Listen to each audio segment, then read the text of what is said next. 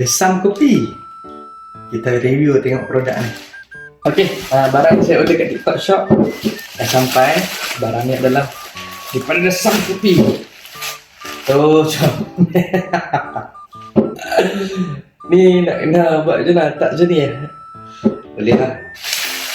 Ni ada free gift ni, free gift special untuk member.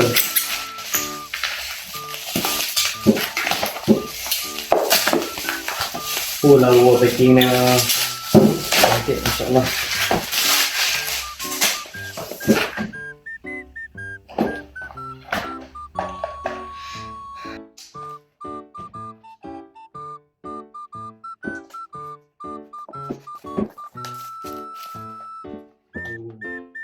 Benar 2 3 4 5 6 7 8 9 10 cukup. Tak cukup kita tuntut. Tak cukup kita tuntut je. Jadi sachet dia akan main macam ni. First impression bila buka kotak dia, tengok sachet dia. Kopi ni kita tahu premium. Desam Kopi 3 in 1. Pertama sekali dia punya packaging memang premium lah. Sekarang kita nak try, kita nak tahu bau dia, rasa dia macam mana, dia punya feel untuk kopi tu. Saya sebagai peminat kopi, penggemar kopi lah. Hari-hari minum kopi punya, jadi jam. Kita nak tengok 3 in 1 Desam Kopi ni macam mana feel dia.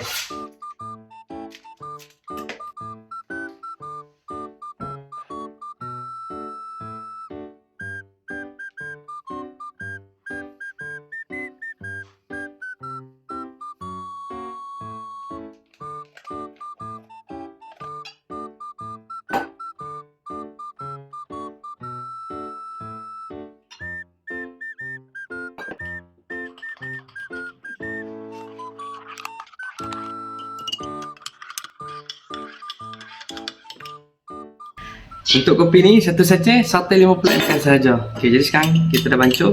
Kita nak rasa pula apa rasa dia.